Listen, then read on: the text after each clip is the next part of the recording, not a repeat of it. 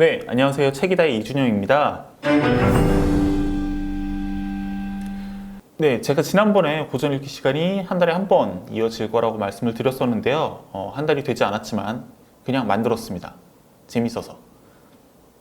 어쨌든 책을 또 한 권 준비를 해봤는데요. 같이 한번 읽어봤으면 좋겠다 싶은 책이 하나 있어서 얼른 읽고 소개를 다시 한번 드려볼까 합니다. 사실 이 책은 제가 어렸을 때도 읽었던 책인데 읽을 때마다 굉장히 생소하고 좀 낯설기도 하고 또 재밌기도 한 소설이라서 한 번쯤 같이 읽어보셨으면 좋겠다라는 생각이 들어요.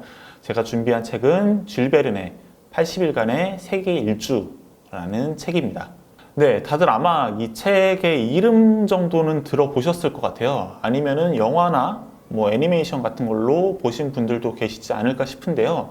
의외로 또 원작을 읽으신 분들은 많지 않다라는 생각이 들어서 한 번쯤 소개를 드리고 어떤 내용이 들어가 있는지 그리고 거기서 우리가 어떤 생각들을 할 수 있는지를 한번 이야기를 나눠볼까 합니다.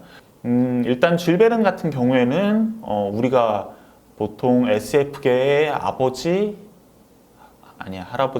증조 할아버지 정도 되는 분이죠. 해저 이말리 라는 책을 쓰기도 했고요. 15소년 표류기를 쓰기도 했고 지구 속 탐험 혹은 지구 속 여행이라고 번역되는 작품을 남기기도 했습니다.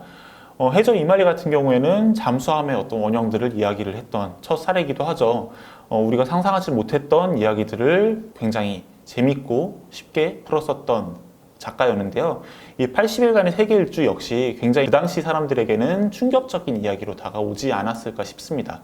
우리는 지금 80일간이 아니라 원한다면 며칠만 해도 세계 일주를 할 수 있는 상황이긴 하지만 말이죠. 네, 어쨌든 그러면은 80일간의 세계 일주가 어떤 내용인지 한번 말씀을 드리는 게 좋을 것 같아요. 주인공은 필리어스 포그라는 사람입니다. 항상 사교 클럽에 나와서 여러 가지 카드 게임을 하기도 하고 굉장히 승부욕이 뛰어났던 사람인 것 같아요. 그런 사람이 하나 있었는데요. 발단이 하나 생겨났습니다. 바로 은행에서 굉장히 큰 돈을 누군가 훔쳐갔기 때문인데요. 이 일을 두고 누군가는 그 도둑이 교통의 발달로 인해서 굉장히 멀리 도망갔을 거라고 주장을 했고요. 또 다른 누군가는 그 교통의 발달로 인해서 그 사람을 잡기에도 굉장히 수월한 시대가 되었다라고 주장을 했습니다. 과연 둘 다 맞는 얘기겠죠. 하지만 여기다가 또 불을 한 명이 지피게 되는데요. 이런 이야기를 하게 됩니다. 요즘에는 석 달 만에 세계 여행도 가능하다고 하는데 라고 말을 흐리게 되자 필리어스 포그가 갑자기 묵묵하게 카드 게임을 하던 도중에 이런 이야기를 합니다.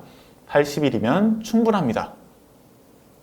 자, 웅성웅성 사람들이 이야기를 하기 시작했겠죠. 그러자 이 승부욕 강했던 필리어스 포그는 자기가 스스로 이 80일간의 세계 일주를 증명해 보이겠다며 여행을 떠나게 됩니다. 도착 기한은 1872년 12월 21일 8시 45분까지였습니다.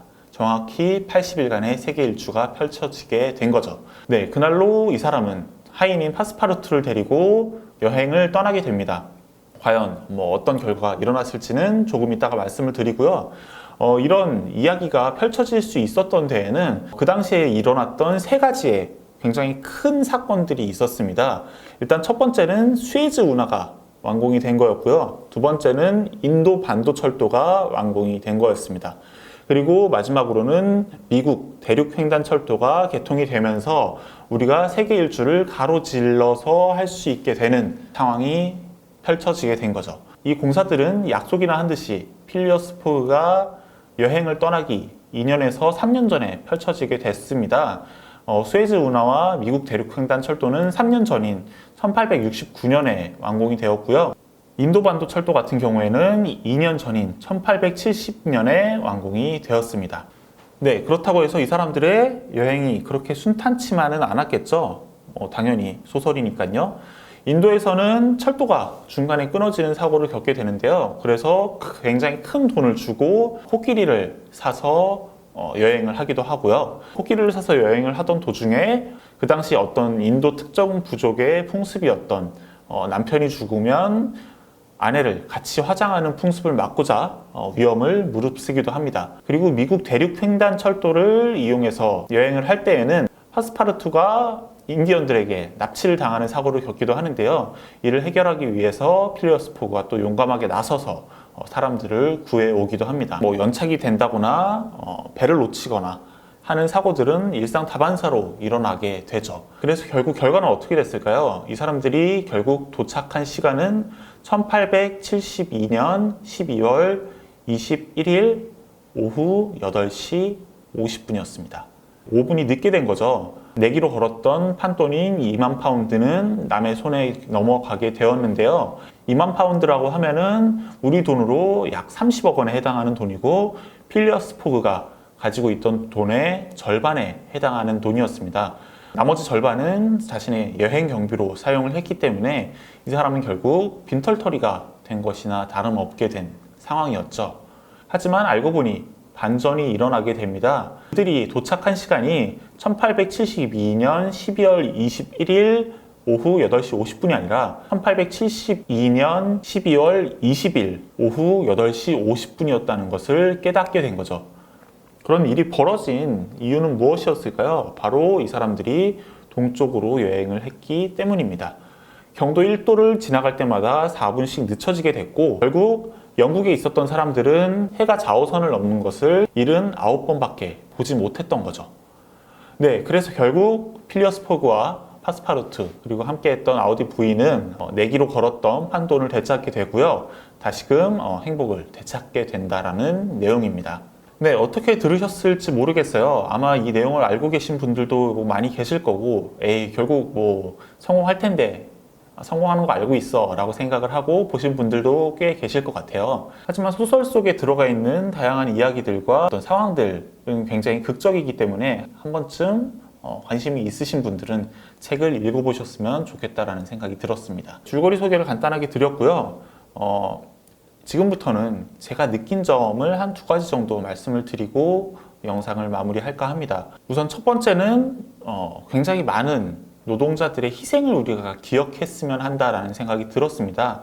제가 앞서서 3가지 사건이 80일간의 세계 일주가 가능하게 만든 사건이었다라고 말씀을 드렸죠. 수에즈 운하와 인도반도 철도, 그리고 미국 대륙횡단 철도가 개통된 것이 이 80일간의 세계 일주가 가능하게 된 계기라고 아까 말씀을 드렸는데요. 이 3가지 사건 모두 굉장히 많은 노동력이 투입돼서 완공이 되고 공사가 이뤄졌던 사건이었습니다.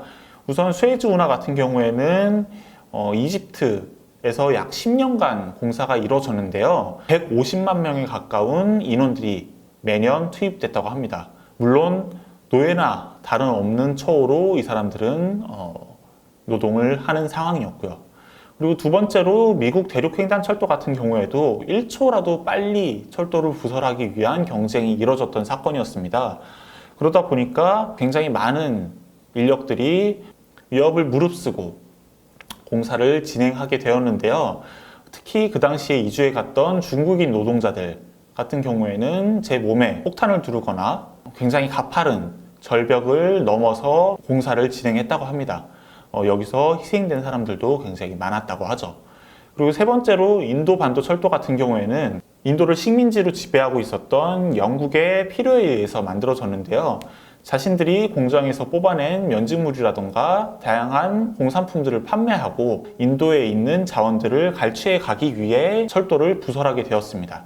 3가지 사건 모두 굉장히 많은 노동력이 투입이 되었고 식민지 배하에 있었던 사람들이 굉장히 많은 희생을 강요당했다라는 것을 우리가 한 번쯤은 기억을 했으면 좋겠습니다.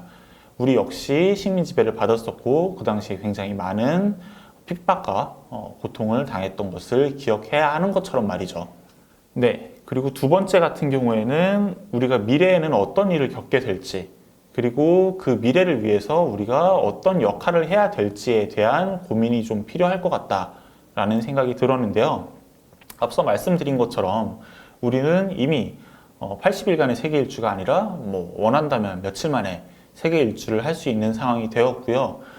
잠수함을 만들고 우주선을 통해서 달이라던가 화성이라던가 여러 곳들을 여행할 시도를 하고 있는 상황입니다. 그런 상황에서 과연 우리가 지금 어떤 역할을 해야 될까? 우리가 만나게 될 미래는 어떤 모습일까를 한 번쯤은 생각해 봤으면 싶습니다. 그리고 그 미래를 위해서 우리가 지금 해야 할 일들, 아주 작은 일들이라도 좋을 것 같아요. 환경 문제를 위해서 아주 조그만 역할을 한다거나 기아 문제를 해결하기 위해서 혹은 비윤리적인 어떤 노동 처우 문제를 해결하기 위해서 조금씩이나마 우리의 역할을 하고 뭐 작은 기부를 한다거나 하는 생각들을 조금씩은 가져봤으면 좋겠다라는 생각이 들었고요. 우리가 어떤 미래를 만나게 될지는 결국에는 우리가 현재 어떤 일들을 하고 있느냐 그리고 어떤 행동을 하고 있느냐가 아닐까 싶습니다. 그런 문제들을 조금이나마 고민할 수 있는 계기가 이 책을 통해서 이루어졌으면 좋겠다는 생각이 들었고요. 한 번쯤 같이 읽어보시고 그런 생각들을 나눠주실 수 있는 기회를 얻었으면 저도 역시 굉장히 기쁘지 않을까 싶습니다. 네, 제가 준비한 두 번째 고전 읽기 영상은 여기까지고요. 다음번에는 더 재밌는 고전 읽기 주제로 여러분들 찾아뵙도록 하겠습니다. 매번 혼자 영상을 찍을 때마다 느끼게 되는 건데 어떻게 엔딩을 해야 될지 잘 모르겠어요. 어쨌든 마무리를 해야 되니까 감사하고요. 다음번엔 더 재밌는 영상으로 찾아오도록 하겠습니다.